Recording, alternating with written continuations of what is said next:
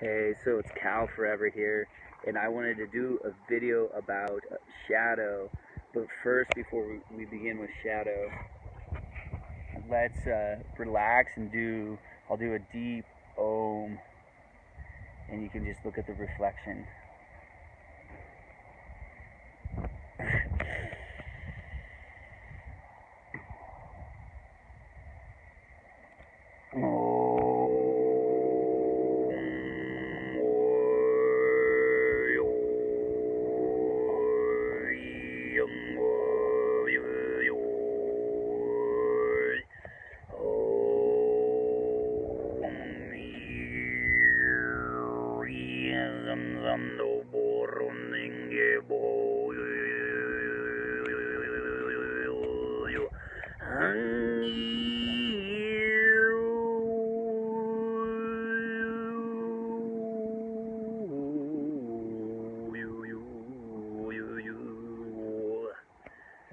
Alright.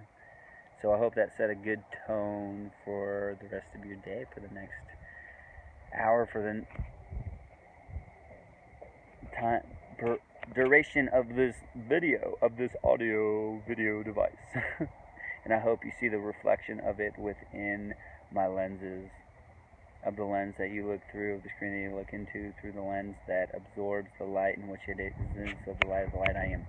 So, shadow, when it comes to shadow is so fucking important. Oh, we need to just have endless amounts of love and light. Shadow is the purest form of fucking love. Shut up. Shadow is emptiness. So, right? Not necessarily. Like, okay. So this is like, I channeled this the other day. Slowly over time integrating it. You know, you think about paintings. To have depth in a painting, you have to create an outline. You have to have shadow. You have to put shadows on your mountains if you want to be able to see them pop out of your painting. If you want to see the depth of the trees in your painting, you know, you're gonna have to create shadows and things like that. So what is shadow? Shadow is like a lens that we view, like, shadow creates focus in life. So it's like a lens of reality, right? So, like, to create focus, you can't focus on everything that's around you. You have to zoom in. And when you zoom in, you kind of create a shadow. So it's like we have these unresolved aspects from our past because at that point in our life, we had to zoom in to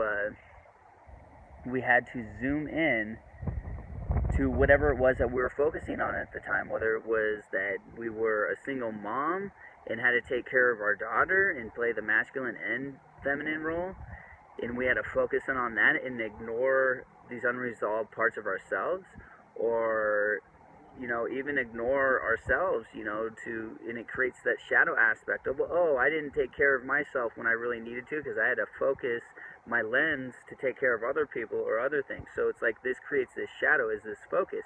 So there's nothing wrong with shadow, there's nothing wrong with focus.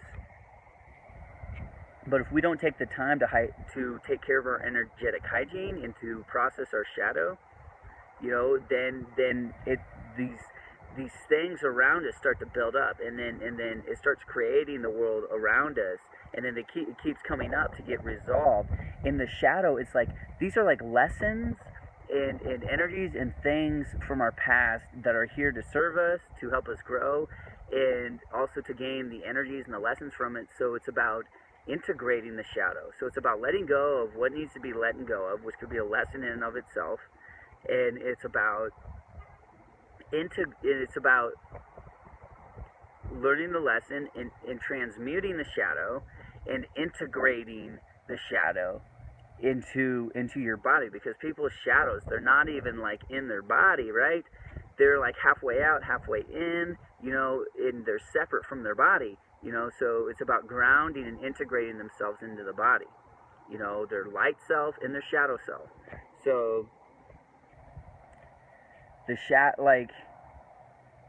the hardest step for people is stepping through the shadow. You know, that's what a lot of people are going to have to face right now. And some of us have already been at it and doing some of the work. Some of us have done a little bit of the work, and now we're taking that leap out of the box, out of the brain, out of the head, and into the heart. And that's one of the hardest steps to take, is to fall into your heart, because it feels like a death is happening. It feels like you're dying, maybe.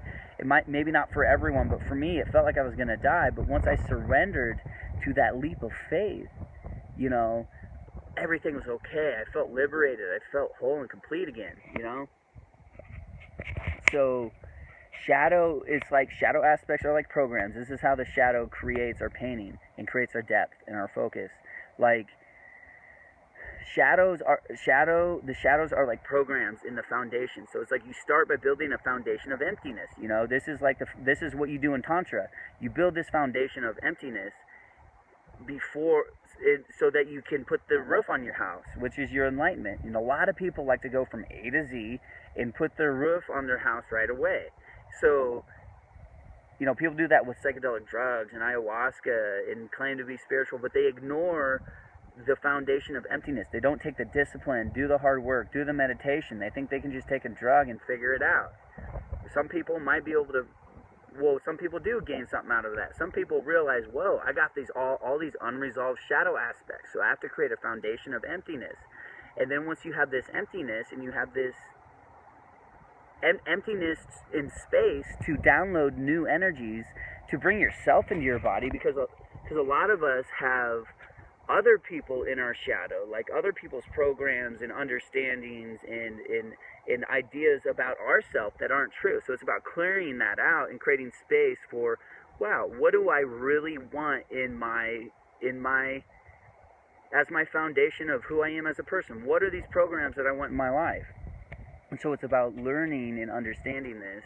And once we learn and understand this, then we don't get attached to the programs, and we can learn from them for what they're here to teach us, and then transmute them and learn something from it and integrate it in a natural sense, where we just radiate divine love, where it's just our natural hygienic way of taking care of ourselves, right? Where we like naturally take care of, like you were to brush your teeth, like you were to take a shower or eat lunch, like it naturally happening like that. And so there's this death and rebirth process that's occurring, that's accelerating in our life, because we're always going through a death and rebirth.